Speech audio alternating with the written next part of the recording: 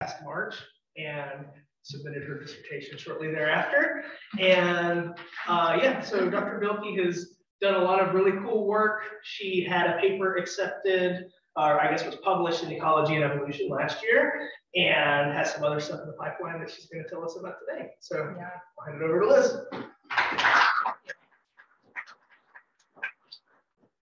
Yeah, so first, I just wanted to start off with why study bats. Here, I think I have to do this over here first.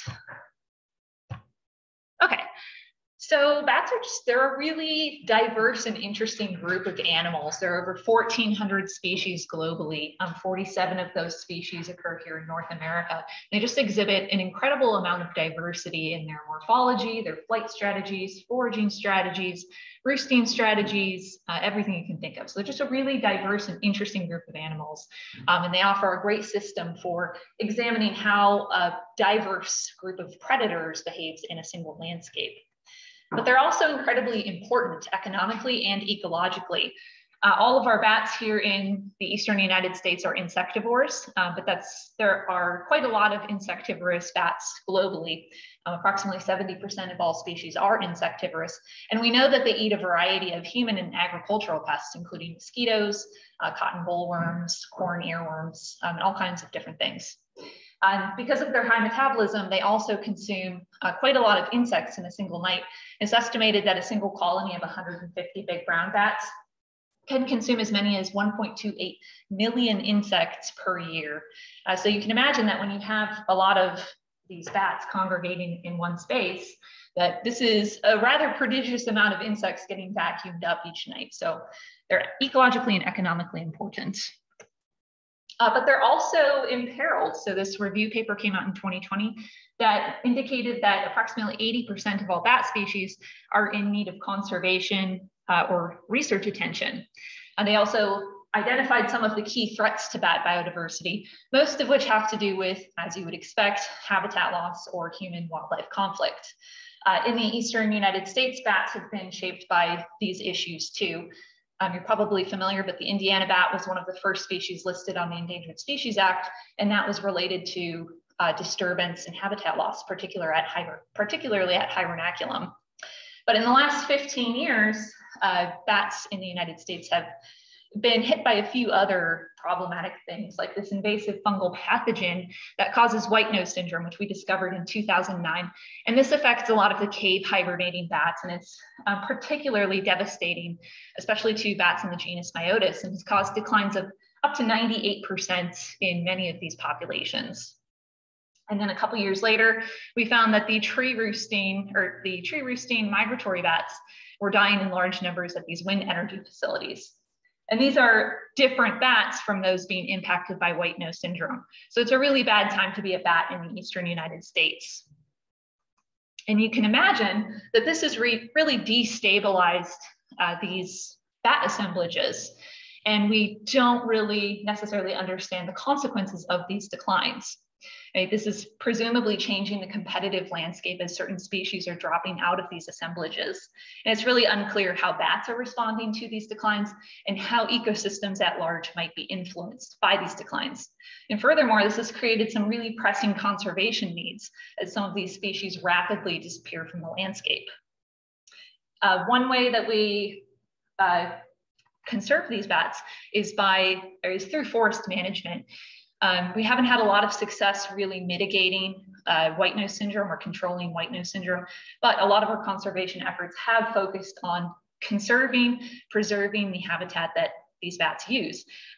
Forests are a crucial component for bats, especially because they're using, or most of the bat species in the eastern United States are using these forests for for all of the summer, either for roosting or foraging habitat. And so they're using these forests. Of course, land managers are also managing these landscapes for a variety of different reasons, such as recreation or timber management. And so it's also really important to understand how timber management is impacting these bats. Now I just want to pivot and talk to you about the research that I've been doing at the Hardwood Ecosystem Experiment, which is this long-term experiment in South Central Indiana, looking at how different timber management techniques impact forests, wildlife, and public perception. And specifically, the research that I've been working on has been focused on these three questions, right? What resources are foraging bats using as they forage on the landscape? And in particular, I mean, what landforms are they using and what prey species are they consuming? And then does timber management affect these bats? And do forests benefit from bats? So I'll be talking about these different things. So this, the hardwood ecosystem experiments occurs in the state forests of South Central Indiana. So right up here, south of Indianapolis, compared to where we are here in Kentucky. It's just south of Bloomington, just south of Indianapolis, just outside of Bloomington. If you zoom in, this is actually a pretty heavily forested area. And in particular, the hardwood ecosystem experiment occurs here in Yellowwood State Forest and up here in Morgan Monroe State Forest. But I just wanted to show you that there's quite a lot of forest in this area. So the forest itself is mostly a deciduous forest, and it does undergo low intensity timber management, which I'll talk about in a moment. The overstory is dominated by oaks and hickories, and the midstory is dominated by maple and beech. And this forest is slowly converting to a maple beech forest. And so a lot of the management that occurs in this area is really focused on conserving oaks and hickories. Excuse me. And the elevational gradient is kind of small. It ranges from 500 to 1,000 meters. So you don't get a lot of diversity in the forest types in this landscape. It is mostly that deciduous forest. As far as the landforms go, this landscape is really characterized by these dry ridges, steep ravines, and these mesic drains. And the mesic drains do hold water intermittently throughout the summer, but the primary source of water in this landscape is these management ponds that were put in specifically for wildlife. So the bulk of the forest is actually unmanaged, and I'll refer to this either as control forest or unharvested forest. And when I say unharvested, I mean it hasn't been thinned in the previous 25 years. Another 45% is thinned, and this is mostly via single tree selection. But you can see from the photos that they do look pretty similar. Harvesters will just come in and take out some of the key large trees that they'd like to either harvest or remove so they're not competing with the oaks and hickories. And then another 5% is actually opened up via patch cuts or clear cuts. And these cuts are relatively small on this landscape. I think the mean harvest size is 0.2 hectares. So it is not the most intensive. And this photo is actually taken 12.5 years post-harvest. So you can already see that the understory is starting to open up and the midstory is quite dense. So this is fairly low intensity. And part of this is that timber harvest is really controversial in this area. And so people really don't like to see large cuts on the landscape. So we've been working in this area since 2006. And the first thing I want to point out is that we've really seen huge shifts in these assemblages. So several species have completely disappeared from this assemblage. Most noteworthily, the tricolored bat we no longer capture on the landscape, and the little brown bat we no longer capture on the landscape.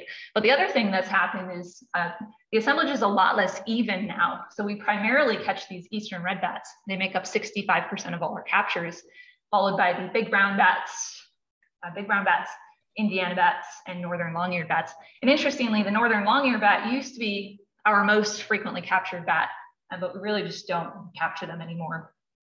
And we've been working on modeling these shifts and trying to examine what's actually causing these shifts. And this is some preliminary work that I'm working on with EKU's own Reed Crawford. But what we're currently finding is that these assemblage shifts are largely driven by white nose syndrome and not changes in our survey effort or the timber management that's occurring on this landscape.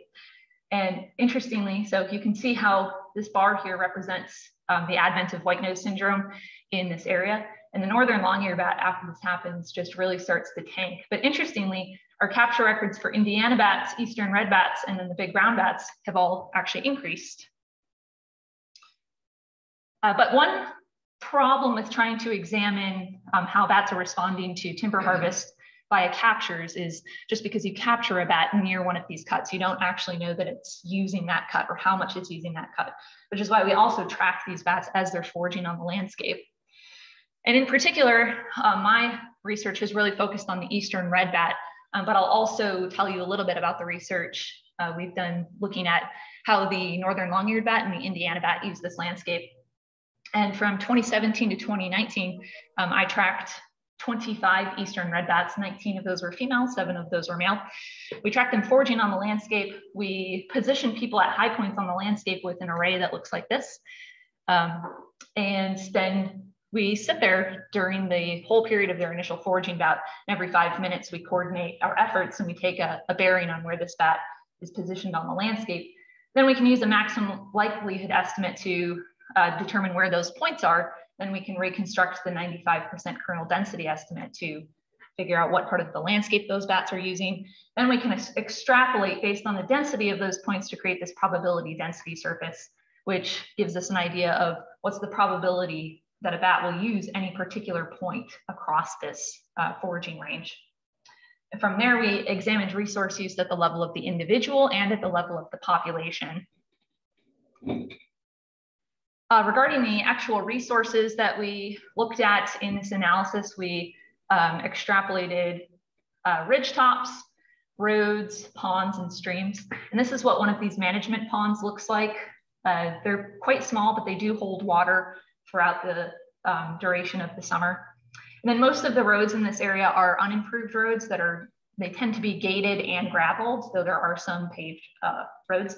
And then we also split up the land cover classes based on these timber management areas. This is an example of a recent timber cut, but we broke this up into recent timber management openings, historical timber management openings based on this 25-year cutoff, and then recently thinned stands.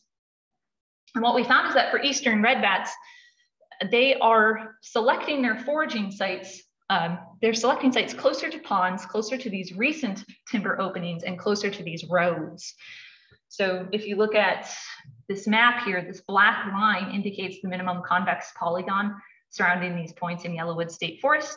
The black points are all of the foraging relocations. The blue points are the ponds. You can see they're pretty evenly distributed, with the exception being this southern area. The recent openings are the green patches, and a lot of them are, again, quite small, so they're difficult to see, but you have to take my word. They're pretty much peppered throughout here. And then the roads are these dashed purple lines. And you can clearly see that these points are falling closer to these roads, ponds, and recent openings. And we see that in our model output too, where probability of selection is highest when you're near ponds, near these recent openings, and near these roads. So that's where they're choosing to forage in the broader landscape. If we zoom in and look within their home ranges, the individual red bats are more likely to forage near roads and near ponds. And we did detect significant sex differences, but it never changed the directionality of the relationship. So eastern red bats were more likely to forage closer to these ponds and closer to these roads. And you can sort of see these sex differences, but again, they don't change the directionality. Over here, I actually have 4 different home ranges that are overlaid. So it can be a bit difficult to distinguish where the lines are, but you can see from the concentration of the points and the concentration of the blue color that, again, these points are falling right over this road and right near this pond. And what we frequently observed is if you were sitting on this road, you could actually see these red bats just traveling up and down this road all night. Interestingly, red bats are also, they show high fidelity to these foraging sites. So we actually tracked one individual across multiple years, and she was using the same space in both years. And they also they show high fidelity night to night. So they're just using the same foraging spaces night after night. And we also found that after 1.5 hours of sampling, you've basically seen the entirety of their home range. So they're basically the couch potatoes of the bat world. And then down here, you can see a female and a male with overlapping home ranges. I'll also mention these were tracked at the same time too, so it doesn't appear to be any obvious examples of territoriality. But again, they're kind of falling near these roads and near the ponds. When we compare this to the myotis in this landscape, we find that these sympatrically foraging species are using different landforms and land cover classes. They're also using different amounts of space. So the eastern red bat's home range is actually quite small, just 81 hectares, which is about half of what the northern long-eared bat was using at 176 hectares, and half of what the Indiana bat was using at 343 hectares. And similarly, the eastern red bat isn't traveling as far as these other bats. And this is probably related to their roosting strategy, which I can't get into too much today, but the eastern red bats have a very generalist roosting strategy where they're just roosting in the foliage of live trees. The northern long-eared bat will use live trees or snags. And then the Indiana bat has really specific needs in that it's using these large solar exposed snags. And so it's possible that they just are using more space because their roosting areas are less available on the landscape. Regarding the actual landscape features that they were selecting, we found that all three species were using these timber management areas to some degree. Eastern red bats and northern long-eared bats were also foraging in the proximity of these ponds. However, the types of management openings they used were a little bit different. So the eastern red bat would position its foraging points near these recent openings, but wasn't actually using these recent openings while it was foraging. And that's probably also related to their roosting strategies because these bats we found were roosting closer to these openings. The northern long-eared bat, though, was foraging in thin stands, and then the Indiana bat was foraging in these recent openings and historic openings. So as we're capturing bats, we've also collected guano samples for several years, and we performed a molecular dietary analysis to examine the types of prey that these bats are consuming. So we collected fecal samples. I specifically collected fecal samples from eastern red bats and big brown bats from 2017 to 2019.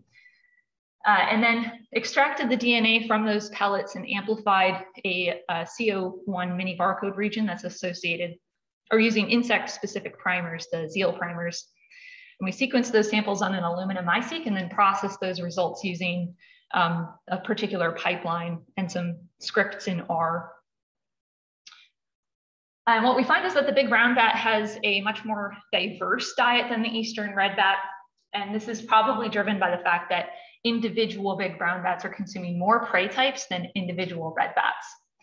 So I'll be talking a lot about these ESVs, which you might not have heard of. This just stands for exact sequence variant. It's a little bit different from operational taxonomic units, which you probably have encountered. But you can basically think of this as a measure of prey diversity.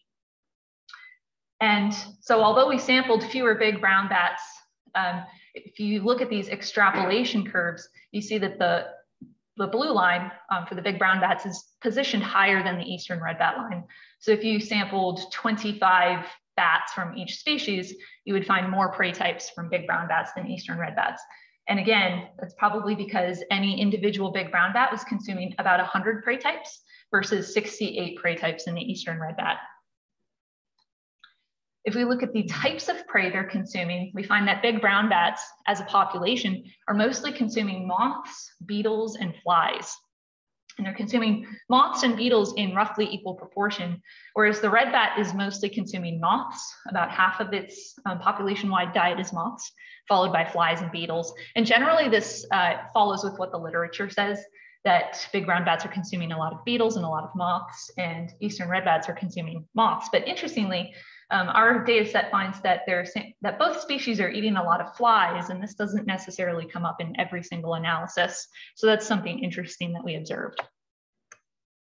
Another interesting thing we observed is that shared prey items, or prey items that are shared between both species, are relatively uncommon. They make up just 19% of the prey types we observed, but those 19% of those prey types are consumed by a large proportion of the population. So although it just makes up 19% of the prey types, it makes up 48% of the prey types that were actually consumed. So this suggests that there are a few prey types in the environment that all bats are consuming, or a lot of bats are consuming. We actually find fairly high dietary overlap between these species, and we calculated Pianka's overlap index and found it was 58%. The typical cutoff used is 60%. So if you're above 60%, you're considered to have the same diet. So this is kind of sitting right at that line. So it's hard to say if this is really an example of niche partitioning. But what we did is we portrayed these data points in this non-metric multidimensional scaling space. And points that fall closer together represent individuals with more similar diets. So when we look at these diets at the level of the individual, they're actually quite similar between these two species. If we compare this to what we know that the myotis in this landscape are eating, we find that generally they're eating a lot of the same prey types. And we'll look at finer scale taxonomic resolution in a moment, but you can just see there's broad similarity across this assemblage.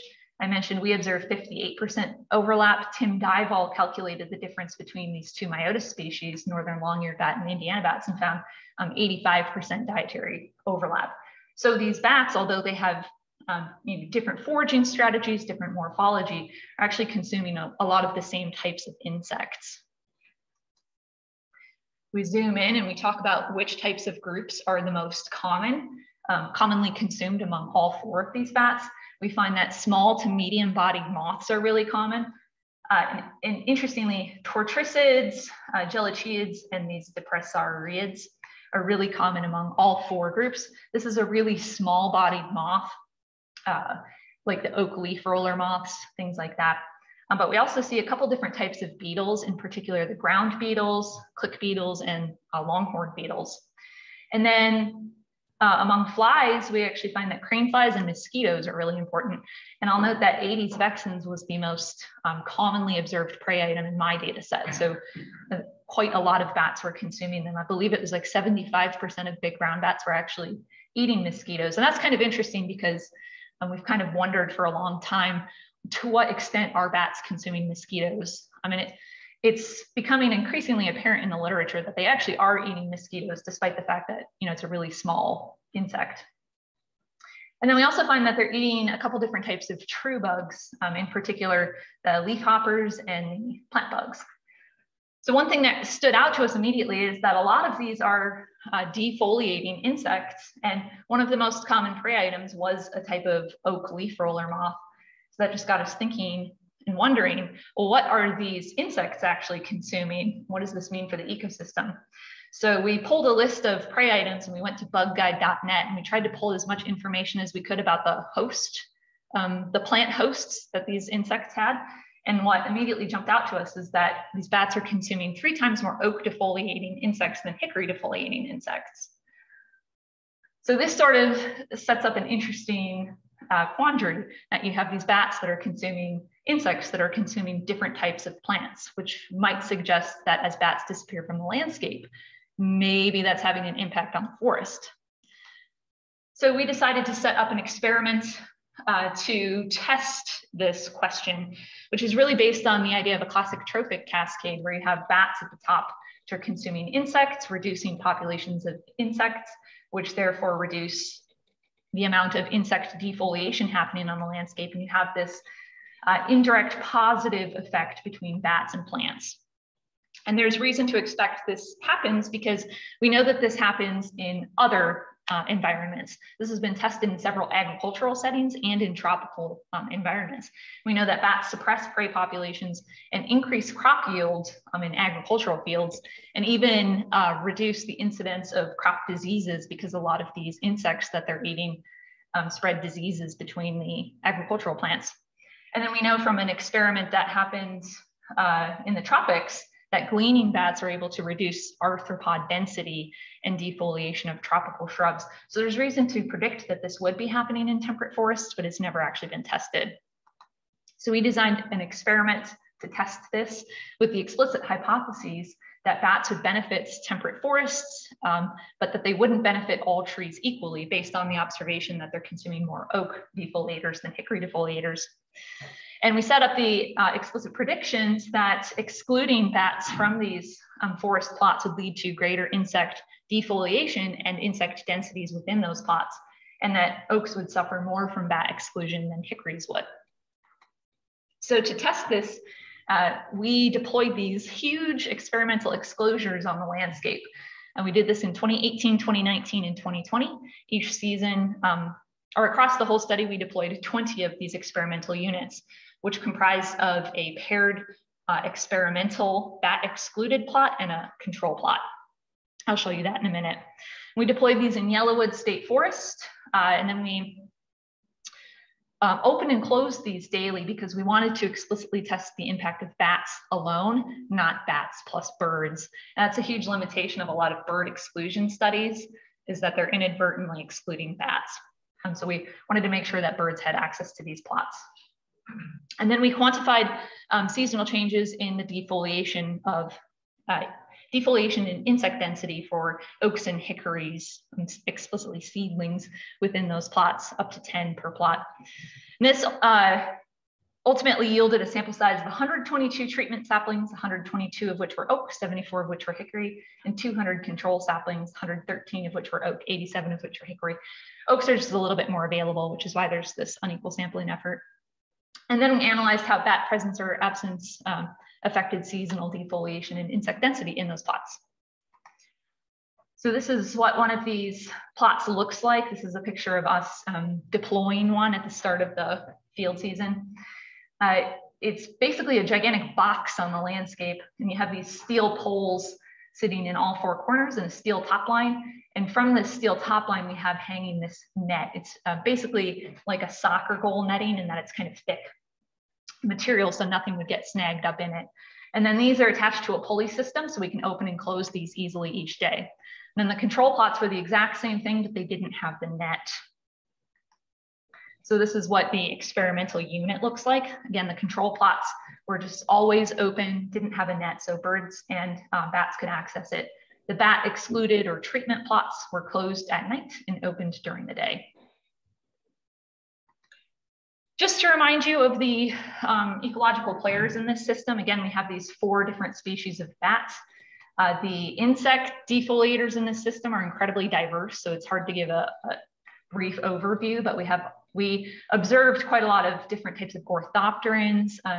Microlepidopteran caterpillars were incredibly common in these plots. We saw a number of different beetles, including these weevils, and then a lot of plant hoppers. And then again, we looked at oak and hickory seedlings. And what we found is that plots from which bats were excluded suffered 5 times more defoliation on average, and that oaks were 3 times more affected by bat exclusion than hickories. So on average in these control plots from start to end of season, we saw 2.8% change in defoliation. And in these bat excluded plots, we saw 14.5% change in defoliation. And you can also see in control plots, you see these differences. There's less overall defoliation in the control plots, regardless of the species. But by the end, there was more defoliation on these oaks than these hickories. And there's a significant interaction term in that the distance between these two is different. So this supported our initial prediction that when you exclude bats, you would observe more defoliation and that the 2 tree species would be differentially impacted. And we saw something similar with insect density. So we found that the plots had similar initial insect density. So at the beginning of the season, we saw on average about 1 insect per plant. And then by the end of the season, there were 3 times more insects on the bat excluded plants than the control plants, supporting our prediction that that excluding bats from these plots would result in an increase in insect densities within those plots.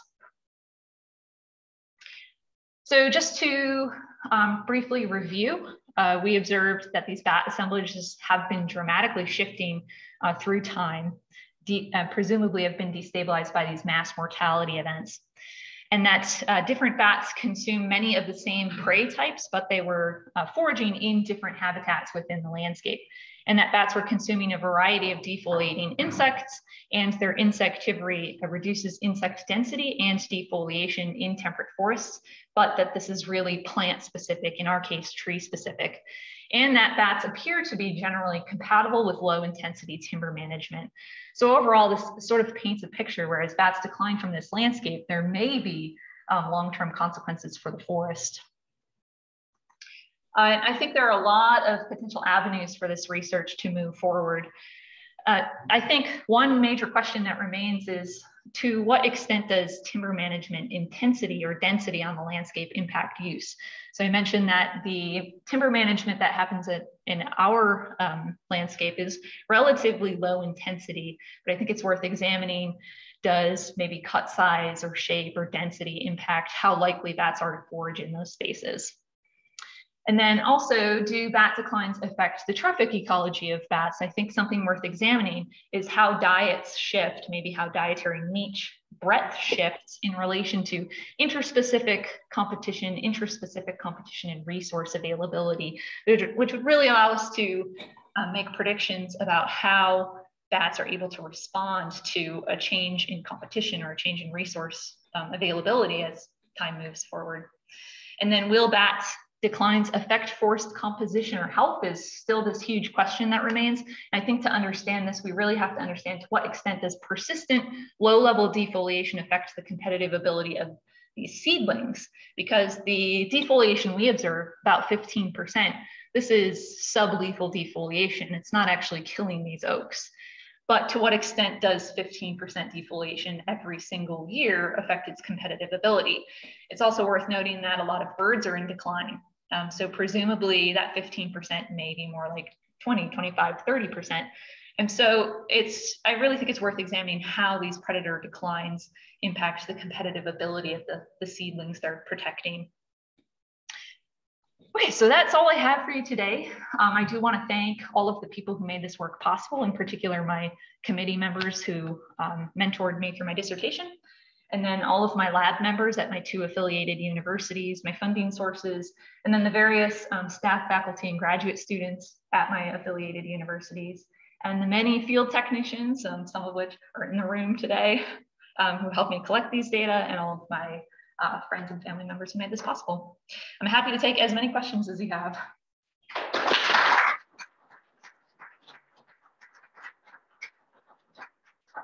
Very much, Liz. Great presentation. I have a question, and we can take other questions. What I'm really interested in is there was a slide where you broke down, I think it was the eastern red bat and the northern brown bat, is that correct? And just like what are they eating? Yeah, that one, yes. And you noted that they're consuming a lot of mosquitoes. Yeah. So do you know, and this, if you don't know if there's somebody else, maybe working on this, did you break down the mosquitoes to sex? Because I know that the females are the ones that actually consume blood and the males don't. That's a great question. So it might be possible to do that with the type of data that we have. I know that you can tell sex with some gene regions. I'm not sure if you can tell the sex of the mosquito from the particular gene region that we sampled. So I can't for sure say if it was males or females. I'm not familiar with other work that has examined this. One interesting thing is that 2 of the years we sampled were actually really, really high mosquito years because there was a lot of flooding those years. And, I've worked on this landscape for 5 years now, and I don't really think of mosquitoes as being a huge component of the insect assemblage, except for those 2 years, which were frankly miserable to work through. And so it's entirely possible that mosquitoes were just so abundant that it was an easy choice with regards to what types of prey you're consuming. Okay, I was just interested because, we obviously care more about the females because they're pests. Yeah. Just to me, seems like they might be attracted more to them because maybe the higher protein content in the blood. I'm not sure, but I just wanted to ask about that. Yeah, and that's a good question too. I know for a lot of insects, there's pretty distinct behavior between males and females too. So, for example, the moths that they're eating, there are a lot of flightless female moths. So they might not be consuming as many females in that sense, and they're consuming more of the males that are sort of flying around trying to pick up these pheromone trails. But yeah, I'm not actually familiar with any work examining sex biases in the prey they're consuming. Okay. I'll also note that they're consuming several types of mosquito too. It's not just Aedes vexans. Okay, I have very little knowledge of mosquitoes, except what my tadpoles are eating. So any other questions? Okay. Yeah, to follow up on my previous question, this great seminar, by the way. So do all these bats forage in the same way? Are they collecting insects or gathering insects on the fly? Are they actually going on the trees in some cases? Yeah, that's an excellent question. So we generally think of all of these bats as plucking them from the air to some extent. One species, the northern long-eared bats, is known to glean though. So they're actually plucking insects off of the leaves. Interestingly, Tim Dival found, well, both of us found a lot of spiders in these bat diets, but interestingly, Tim Dival found that the myotids, which are more likely to glean, are consuming a lot of these ground spiders. And whereas these 2 bats, which these are more of the aerial hawkers, and they're sort of the fast, agile flyers, compared to those myotid species, the spiders that they're eating are the orb weavers. So it's more likely that they're actually plucking them off of, their web that's maybe suspended from the air. But I'll also note that there was I believe, master's thesis that came out recently that showed that eastern red bats are capable of gleaning. And so I think there's a potential for all of these bats to be gleaning, and we really just don't know because it's hard to actually observe their behaviors. But in general, all of them are definitely aerial hawking to some extent. These two are probably hawking a little bit more than the myotids. Another question that yep. I made on, so again, on Ray's point, has anyone ever looked at the energy budgets? So is feeding on mosquitoes more energy efficient than feeding on moths? Yeah, so there was a paper that came out recently examining the energetics of consuming mosquitoes. And their general conclusion was that they're probably not worth consuming. And so they hypothesized that bats wouldn't be consuming them all that often. But I'm not sure why they made that conclusion, because what they found is that in terms of the density of energy in a mosquito versus a moth, the density is the same. It's just a smaller packet. So you're getting fewer overall calories, but it's the same amount, it's the same density of calories. And so to me, that would suggest that they're worth consuming when you encounter them, especially because a lot of these flies are really clumsy, flyers. So they're probably easier to capture. Final question, I promise. Yeah. Can you go back to the white nose syndrome slide with you had some graphs of 14 species. Oh, yep. And one was, So the northern is declining. Indiana and eastern are yeah. So is this due to maybe the northern has less ability to fight off infections, or is it the fact that the Indiana, eastern, and great brown roost in different areas where the fungus is not as prevalent? Yeah, so eastern red bats and big brown bats are really not impacted by white nose syndrome. And a part of this is that they're not roosting in, all these eastern red bats are not roosting colonially. They roost solitarily. So they're not impacted. And then big brown bats are they're a big enough bat that they're able to fight off the infection. Indiana bats and northern long-eared bats, they're both declining. The fact that we're seeing these Indiana bats increasing on this landscape is really interesting, and that's something we're still sort of investigating. It is possible that for all of these species, they're experiencing a competitive release, right? So as northerns disappear from this landscape, resources are more available to some of these other species, and so they're actually a little bit more successful on this landscape. But it's also interesting because all three of these species are declining across their range, but we're not the first people to report this. A lot of people are seeing increases, in particular in the eastern red bat, which occurred just after this advent of white nose syndrome. Thank you. Awesome lecture. Thank you very much. Yeah. So in our study system, we see that during the summer, at one of our study sites, the copperheads shift their foraging ecology to really target cicadas. Have you seen any indication of a seasonal shift in what species the bats are targeting? Yeah, that's a great question. So we haven't examined seasonality yet, but that is something we're looking into. Other people have noted a shift. In particular, the big brown is thought, and the eastern red bat are thought to shift throughout the summer. And I've seen it both directions. Some people report that they start to use more beetles later in the summer. Some report that they start to consume more moths later in the summer. So we'll be looking at seasonality. I was actually really interested to see if they were eating cicadas, and I'm sad to report that none of my bats consumed cicadas. But I did see some other really interesting things appear in the diet, including hyperparasitoids. So we would get, a particular type of moth, and we would also detect a parasite within that moth and the hyperparasite within the parasite. So we would see stuff like that. And we also found that big brown bats were eating megadermatids, or not megadermatids, excuse me, Dobson flies. I'm blanking on the Megaloptera. Yeah, Megaloptera, yeah, which is a pretty big insect, if you've ever seen those. The big brown bat is the biggest bat. So we'll actually be following up on this study and looking at prey size and how they may partition by prey size, which Luke has shown with some of his work, and Tim Dival has also looked at that with the myotids. But it's also fascinating that all of these bats, including the huge big brown bat, they're all consuming these really, really tiny insects. So if they are partitioning by prey size, it's probably on the larger end of the spectrum. But even the eastern red bat is consuming some of these huge saturnid moths, which are almost as big as the bat itself. So it's a little tangential, but. Thank you. I saw that frisbee. Yep. You had a slide up that showed you were looking at whether they were close to ponds and close to roads. This one, or maybe the next one? No, that one. Yeah. So it looks to me as though there are a bunch of ponds where you're not finding a lot. Yeah. Where you're not finding a lot. So there must be something else that's helping explain that. Yeah, well, so this is really kind of biased to where we're sampling too. So we don't have any net sites kind of in this area because, so the hardwood ecosystem experiment is sort of set within these management units, and one occurs here, one occurs here, one occurs over here, and one occurs over here.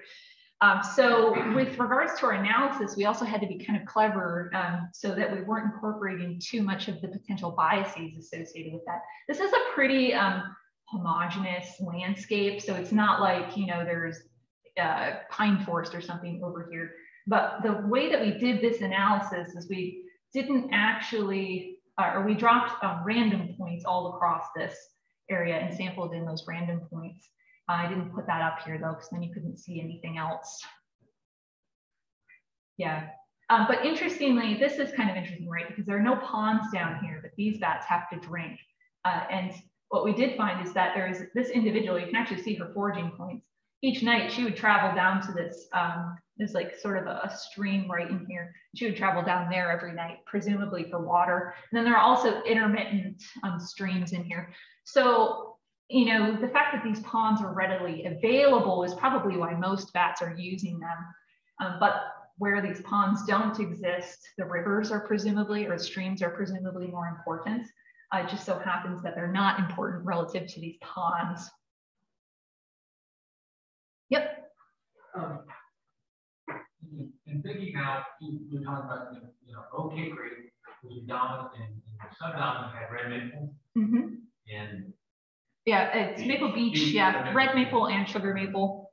So given what you guys said, what I was wondering about is there's been, in terms of big game, like increased white-tailed deer populations in many areas have kind of devastated understory and regeneration, and they're finding in many studies red maple is becoming the species that seems to be coming into the canopy and the idea of replacing hickories because the deer don't really get as much for red maple seeds. And so what I wonder about is, what do you think here in terms of if over time you have a red maple dominated forest and you start to lose your hickories and your oaks? What would happen with regards to? You just kind of take a ballpark thing in the baddest summers of what you see. Or when, because we hear a lot, it's not species, it's structure of the forest that really influences things with bats. But what if you, change it in terms of becoming an oak hickory structure to a red maple? Yeah, so it's hard to say. So if I think about roosting habitat, because the overstory is all oak hickory, all of the bats are roosting in oak hickory. Would they be able to adapt to maple beech? It's harder to say because beech trees are really not ideal for roosting. They don't have a lot of bark that slops. With regard to diet, that's also a really interesting question. So in the exclusion study, just for fun, I threw in 1 maple per plot. Interestingly, there are not a lot of maples in the understory. For some reason, they really just dominate the midstory. The understory is mostly oaks and hickories. So they weren't terribly available, which is why I couldn't include 10 per plot. But what we found is that the bats have having no impact on the maples. And we also did not frequently observe insects on the maples, and the type of damage that we were seeing on the maples wasn't chewing damage. It was more like spotting damage. Okay. So if I had to take what is your deer population there like? There are deer, and there's been deer exclosure work there too. And we actually had camera traps up at our exclosures just to make sure that the deer weren't entering them and eating our trees. And we really didn't observe a lot of deer coming through these plots. Across the 3 years, we made 21 observations of deer. I'm not sure what the density is like, but if I go back to the dietary component, it's an interesting question because I'm inclined to say that at least maple forests probably don't provide as ideal a prey source for bats as these oak hickories, but that's just speculation based on that small observation. Thank you. Any other questions? One quick one. So with your measure of defoliation, so Yeah. it was just like actual leaf removal, or did you No, account so for skeletonation, like or stippling or that kind yeah, of the way that we did this is we used a piece of software called Easy Leaf Area. And what you do is you photograph the leaf and you include in the photograph a red square of a known size. So you can calculate how much leaf area is removed. But this is really based on red versus green. So skeletonization would be included, chewing would be included, sucking damage would also be included because it causes the leaf to change yellow, brown over time. So this is really thinking about not just chewing insects, but all of these other insects too. Yes, any questions? All right. Thank you again, Liz, for coming. Yes, thank you.